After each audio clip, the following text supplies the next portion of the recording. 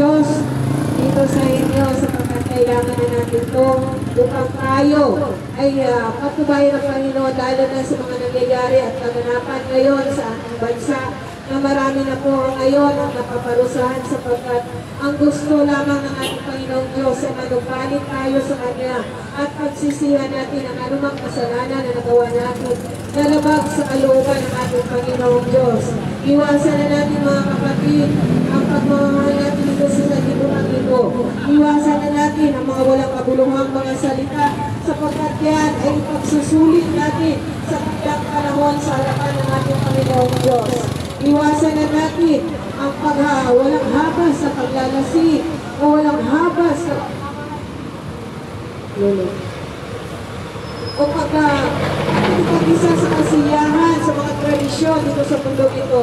Sapagkat hindi ko ang gusto ng Panginoong Diyos at dati natin tatandaan ang Panginoon ay isang mahabagin at isa siyang mapagmahal. Hindi niya gusto na tayo patuloy na maparusahan sa bansa natin. Nakikita na natin kung ano mga nangyayari ngayon sa iba't lalo na mga nangyayari ngayon sa Cebu, sa Davao, na sila ay niyanig na ng lindol. Sa mga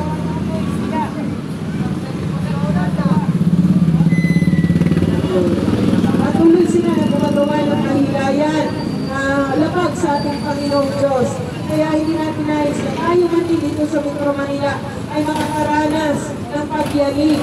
Ngunit magkaisa lamang tayo sa panalangin at tayo ay patuloy na makipagrelasyon sa ating Panginoong Diyos sa pamamagitan ng pananalangin at sa pamamagitan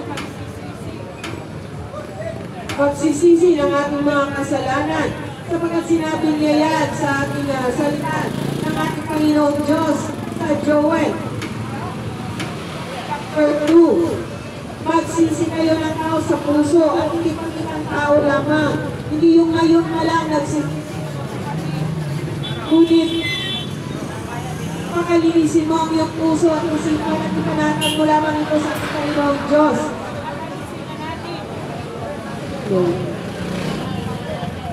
Ang anumang pagkukunwari natin sa harapan ng ating Panginoong Diyos. Magbalik loob kayo kay Yahweh na inyong Diyos. Siya ay mahabagin ang mapagmahal, hindi madaling magaling ng ating Panginoon at wagas sa kanyang pag-ibig. Laging handa magpatawad at hindi magpaparusa sa mga nagsisisi. Kaya kung kapag ka na maparusahan ng ating Panginoong Diyos, mga kapatid, tayo ay magsisi nga at manumbalik sa ating Panginoong Diyos. Dahil siya ay isang mapagmahal at mahabagin at handa siya magpatawad sa atin at patuloy niya at pagpapalain niya tayo. Lagi natin pagkatandaan ng Panginoon ay isang Diyos na mapagmahal sa mga sinabi niya dito.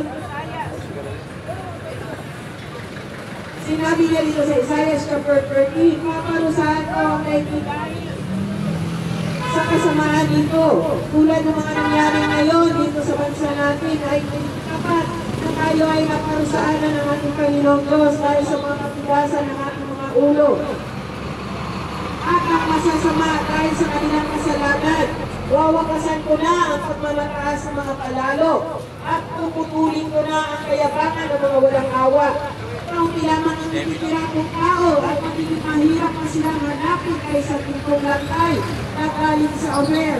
Kaya nga mga kapatid, mahabagin ang ating Panginoong Diyos at hinahanap pa rin ang Panginoon ang mga taong sumunod sa kanyang kalooban, ang mga taong nakikinig sa kanyang banal na salita at nagsasa buhay nito. Ang siya lamang maliligtas at hindi natin nais tayo ay malaglag sa dagat-dagatang apoy. Kaya nawa magpanumbalik na tayo sa ating Panginoong Diyos at magsisi na tayo sa ating mga kasalanan.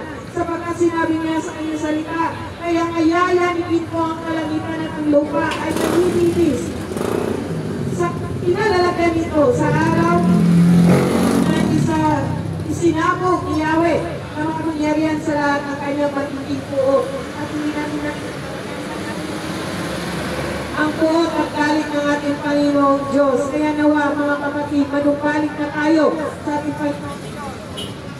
Ano man ang ating mga ginagawa sa pang-araw-araw, nagmamaniho man tayo, namamaniho Namamalingki man tayo o ano mga ginagawa natin, pumapasok man tayo sa trabaho, pumapasok man tayo sa eskwelahan, lagi tayong manalangin sa ating Panginoong Diyos at magsisi tayo sa ating mga kasalanan. Kung natin antayin na tayo, ay anigin pa ng Panginoon sa tayo magsisi. Kung nasa huling pagkakataon na, kaya ang gusto ng Panginoon na ngayon pa lang ay magsisi na tayo. Kaya makinig ang may pandinig sapagkat nalalapit na ang pagbabalik ng ating Panginoon. At tayo ay patuloy na lumalapit sa Kanya upang tayo ay magpagrelasyon sa ating Panginoong Diyos. Ngayon na natin ang paggawa ng mga kahilayan dito sa mundong ito na siyang magpapahamak sa ating mga buhay.